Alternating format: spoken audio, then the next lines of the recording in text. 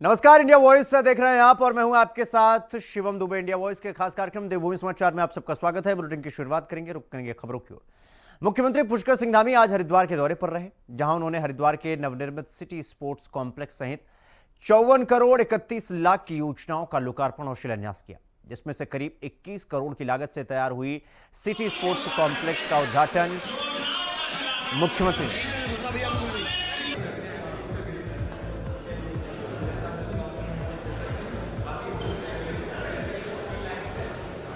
ग्रामीण क्षेत्र में लोगों को बेहतर स्वास्थ्य सुविधाएं उपलब्ध कराने के लिए ग्राम श्यामपुर में स्वास्थ्य केंद्र की स्थापना की गई है। धर्म नगरी हरिद्वार को भी श्री काशी विश्वनाथ, जहां हमारे प्रधानमंत्री मोदी जी के नेतृत्व में भव्य काशी और दिव्य काशी बनाने का काशी का कॉरिडोर बनाया गया है।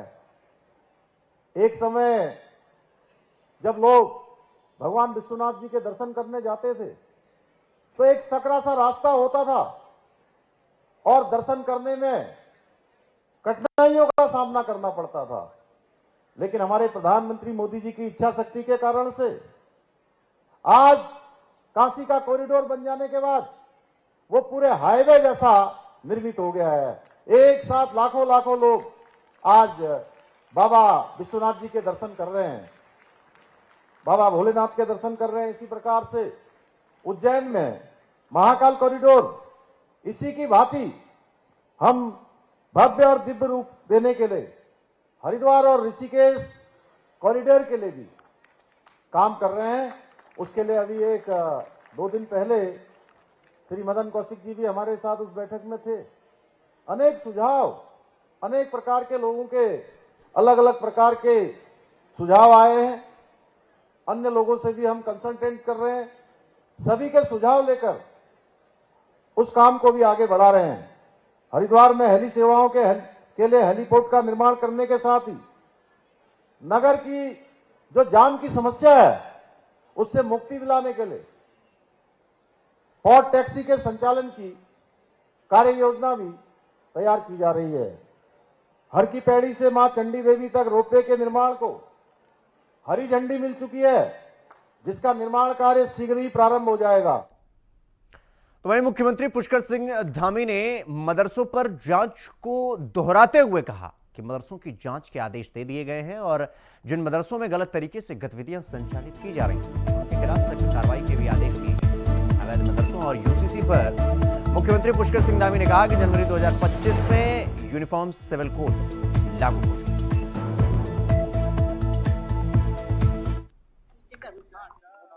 54 करोड़ 31 लाख रुपए की आज 54 करोड़ 31 लाख रुपए की योजनाओं का यहाँ पर लोकार्पण हुआ है। इसमें से एक बड़ी धनराशि से लगभग 21 करोड़ रुपए की धनराशि से ये स्पोर्ट्स कॉम्प्लेक्स बना है, जिसमें अनेक स्पोर्ट्स की गतिविधियां, खेल की गतिविधियां, योग इत्यादि यहाँ पर संचालित होगा।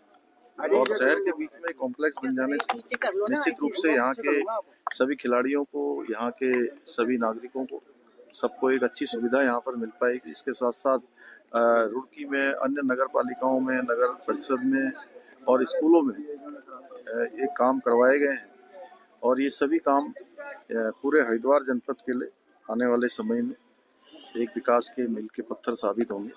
मैं सभी को बहुत शुभकामनाएं देता हूँ, बधाई देता हूँ।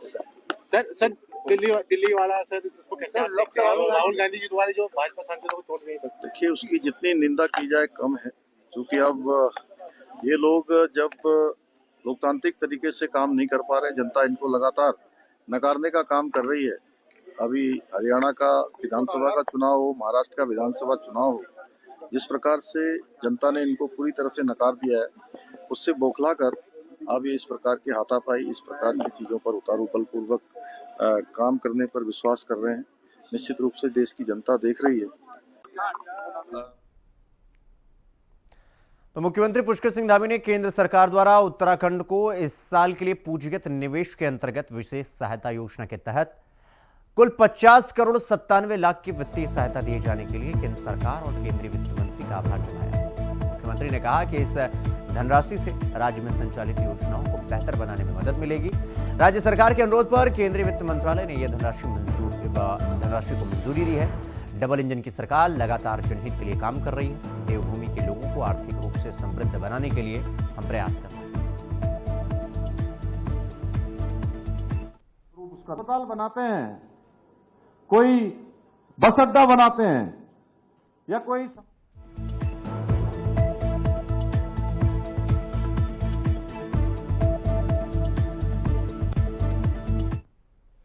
तो वहीं सीएम धामी ने शीतकालीन यात्रा को लेकर सोशल मीडिया पोस्ट कर देश भर से पर्यटकों को उत्तराखंड बुलाया और सीएम धामी ने अपने पोस्ट में लिखा, तो चलिए आइए देवभूमि उत्तराखंड की शीतकालीन यात्रा पर।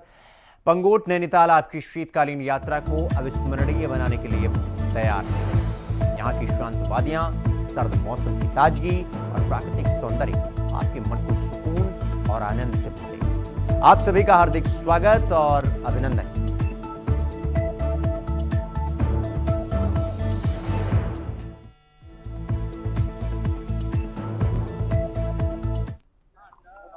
चौवन करोड़ 31 लाख रुपए की आज 54 करोड़ 31 लाख रुपए की योजनाओं का यहाँ पर लोकार्पण हुआ है। इसमें से एक बड़ी धनराशि से लगभग 21 करोड़ रुपए की धनराशि से ये स्पोर्ट्स कॉम्प्लेक्स बना है, जिसमें अनेक स्पोर्ट्स की गतिविधियां, खेल की गतिविधियां, योग इत्यादि यहाँ पर संचालित होगा।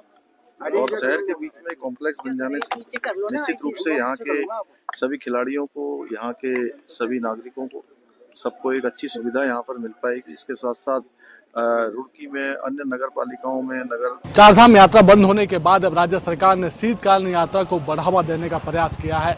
यानी जो धामों के जो शीतकालीन प्रवास स्थल हैं, जहाँ पर इस समय मूर्तियाँ पहुँची हुई है, जहाँ पर धामों की मूर्तियाँ इस समय पहुँची है, जो चल विग्रह जो डोलियाँ जो पहुँची हुई है, वहाँ तक भी श्रद्धालु पहुँच सके, उसके लिए शीतकाल यात्रा को बढ़ावा देने का काम राज्य सरकार की तरफ से किया जा रहा है। कोशिश यही है कि इन शीतकाल जो प्रवास स्थल हैं वहाँ पर श्रद्धालु आ सकें, वहाँ पर उनके लिए बेहतर सुविधाएं हो सके, उसकी तैयारियों में राज्य सरकार जुटी नजर आ रही है। खुद मुख्यमंत्री पुष्कर सिंह धामी इस यात्रा के प्रमोशन का काम करने का काम यहाँ पर कर रहे हैं। लगातार अपने भाषणों में, अपने संदेशों में वो देश और दुनिया की जनता को शीतकालीन प्रवास स्थलों पर आने के लिए कह रहे हैं, ताकि उत्तराखंड की जो आर्थिकी है और मजबूत हो सके। सिर्फ 6 महीने का जो चारधाम यात्रा का जो पीरियड होता है उसी दौरान नहीं, बल्कि पूरे साल भर राज्य में जो पर्यटन गतिविधियां हैं वो बढ़ सके, यात्रा धार्मिक जो पर्यटन है वो सुचारू रूप से चलता रहे, लोग उससे अपनी आजीविका को और सशक्त कर सके। तो प्रयास यही है राज्य सरकार का, लगातार इस दिशा में प्रशासन भी काम यहाँ पर कर रहा है। कोई यही कहा जा सकता है कि सरकार के और प्रशासन के जो बेहतर परिणाम है उसके बेहतर रिजल्ट्स भी यहाँ पर दिखने लगे हैं। जो चारधाम यात्रा है, जिसके शीतकालीन जो प्रवास स्थल है, वहाँ पर अब श्रद्धालु पहुँचने शुरू हो चुके हैं। तो कोशिश यही है सरकार की कि ताकि राज्य का ये पर्यटन उद्योग और मजबूत हो सके और लोगों को इसका सकारात्मक परिणाम भी दिख सके, उसके लिए लगातार प्रयास किए जा रहे हैं। अब देखना यही होगा कि आने वाले दिनों में शीतकालीन यात्रा किस रूप में आगे बढ़ पाती है। कैमरामैन अभय कैंतुरा, इंडिया। तो दून अस्पताल मेडिकल कॉलेज तो बना दिया गया, लेकिन यहां की व्यवस्था सुधरने के बजाय बद से बदतर होती जा रही है। दून अस्पताल में इलाज करने के नाम पर नए डॉक्टरों से एक्सपेरिमेंट कराए जा रहे हैं। तमाम शिकायतों के बाद भी हालात सुधरने के बजाय बिगड़ते ही जा रहे हैं। दरअसल बीते दिन 50 वर्षीय विजेंद्र नाम के एक व्यक्ति को हृदय से संबंधित तकलीफ होने के चलते उसे दून अस्पताल लाया गया, जहां डॉक्टरों ने उसका इलाज करना तो दूर, उसे एम्बुलेंस से उतरने तक नहीं दिया। ये हालात तब हैं जब राज्य में सबसे बड़े सरकारी अस्पतालों में शुमार दून की पीजीआई चंडीगढ़ और एम्स दिल्ली जैसे अस्पतालों से इसकी तुलना की जाती है। हालांकि इस पूरे प्रकरण को लेकर दून मेडिकल कॉलेज अस्पताल के डीएमएस बेहतर कम्युनिकेशन का तालमेल न होना बता रहे हैं।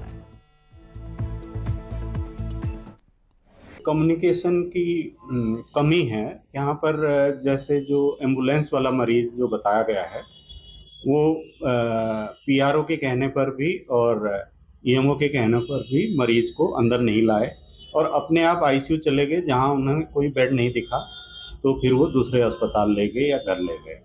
इसमें तो ये बात हुई है। तो जहाँ तक है कि लोग अपने आप ही चीज़ों को अपने हाथ में लेने की कोशिश करते हैं। तरीका ये होता है कि मरीज को लाके ईएमओ के पास दिखाना होता है। ईएमओ वहाँ से सारी व्यवस्थाएं करते हैं कि किस विभाग में मरीज जाएगा, किस डॉक्टर के अंदर भर्ती हो।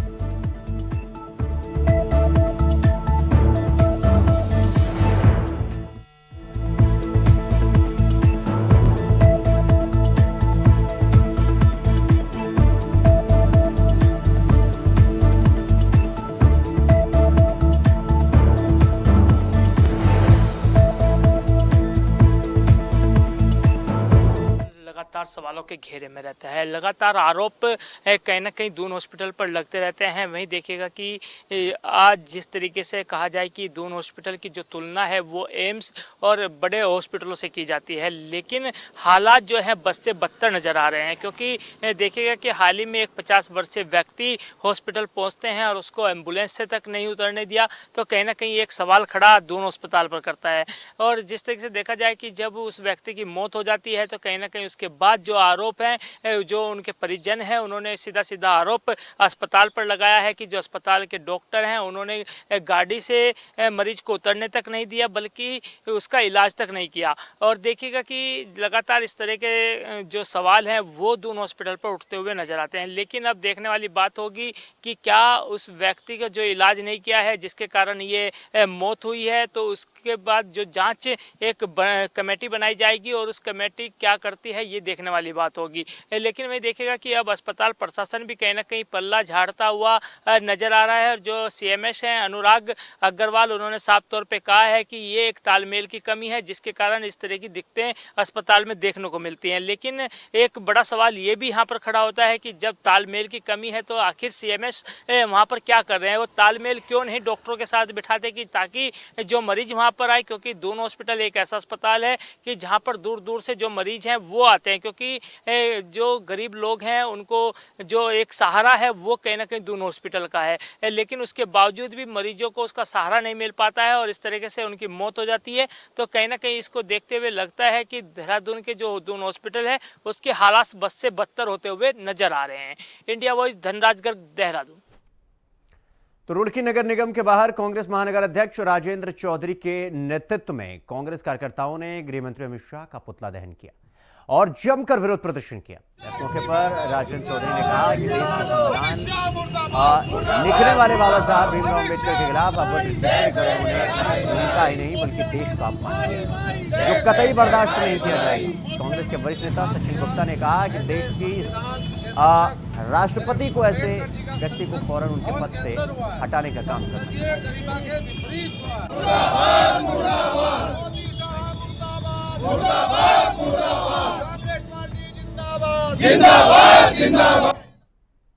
तो यहां पर रुकेंगे एक छोटे से ब्रेक के लिए। खबरों का सिलसिला जारी है, फौरन लौट रहा है। तो ब्रेक के बाद एक बार फिर आप सबका स्वागत है मेरे साथ। रुक करेंगे अगली खबर की ओर। प्रयागराज कुंभ की उल्टी गिनती शुरू हो चुकी है और सभी 13 अखाड़े धीरे धीरे प्रयागराज पहुंच रहे हैं। इसी कड़ी में निरंजनी अखाड़ा अपने मुख्यालय हरिद्वार से कुंभ नगरी प्रयागराज के लिए रवाना हो गया। इस मौके पर अखाड़े की रवानगी और उत्तराखंड में मदरसों की जांच के साथ साथ मोहन भागवत के बयान पर निरंजनी अखाड़े के सचिव और अखिल भारतीय अखाड़ा परिषद के अध्यक्ष श्री महंत रविंद्र पुरी से खास बातचीत की हमारे संवाददाता विकास चौहान ने। एक बार आपको सुनवाते हैं, सुनिए। 25 का प्रयागराज का कुंभ अब शुरू होने वाला है और जितने भी अखाड़े हैं सब ने वहां पर छावनियां बना ली हैं। उसी क्रम में अब निरंजनी अखाड़ा भी हरिद्वार जो मुख्यालय है वहां से रवानगी यहां आज कर रहा है। इसी पर बात करने के लिए हमारे साथ हैं अखिल भारतीय अखाड़ा परिषद के अध्यक्ष श्री महेंद्र रविंद्र पुरी जी। और किस तरह से परंपरा है अखाड़ों की यहाँ से रवानगी की? इंडिया वॉइस को बहुत बहुत आशीर्वाद, साधुवाद। आज हमारा निरंजनी अखाड़ा प्रयागराज के लिए जा रहा है।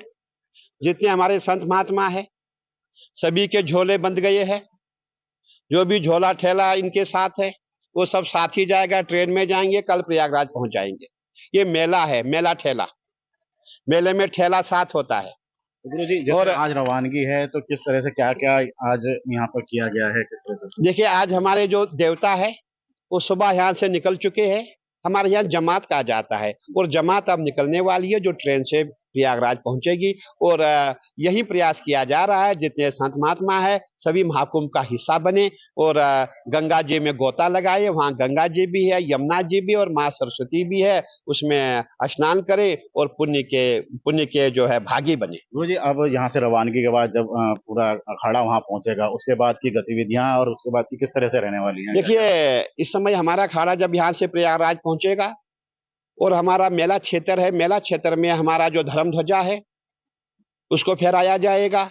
और हमारी जो 4 जनवरी है, 4 जनवरी को हमारी पेशवाई है और पेशवाई का अर्थ ये होता है कि हम शाही रूप से इस जैसे राजा महाराजा छावनी में प्रवेश करते थे, पेशवाई निकालते थे, वैसे राजाओं की तरह जितने संत महात्मा है, जितने नागा है, महामंडलेश्वर है, ढोल बाजा नगाड़ा, हाथी घोड़ा और बड़े बड़े चांदी के सिंहासन है, उन पे बैठ करके छावनी में प्रवेश करेंगे। और उसके बाद कुंभ की जो गतियां हैं उन पे और आने वाला जो 14 जनवरी है उस समय हमारा शाही स्नान होता है। शाही स्नान में भी जितने भी हमारे संत है, कोई हाथी पे, घोड़े पे और बड़े बड़े बंगलों पे बैठ करके शाही स्नान करेंगे और जितने नागा है पूरे एक शंकर स्वरूप बन करके गंगा जी में गोता लगाएंगे। ये तो बात रही कुंभ की महाराज जी। और जिस तरह से उत्तराखंड की हम बात करें तो उत्तराखंड के मुख्यमंत्री ने अभी आदेश दिए हैं कि जो मदरसे हैं उनकी जांच और उनके जो अंदर गतिविधियां हो रही हैं उनकी जांच होनी चाहिए। मैं संत समाज की ओर से माननीय मुख्यमंत्री जी को बहुत बहुत आशीर्वाद और साधुवाद देना चाहता हूं।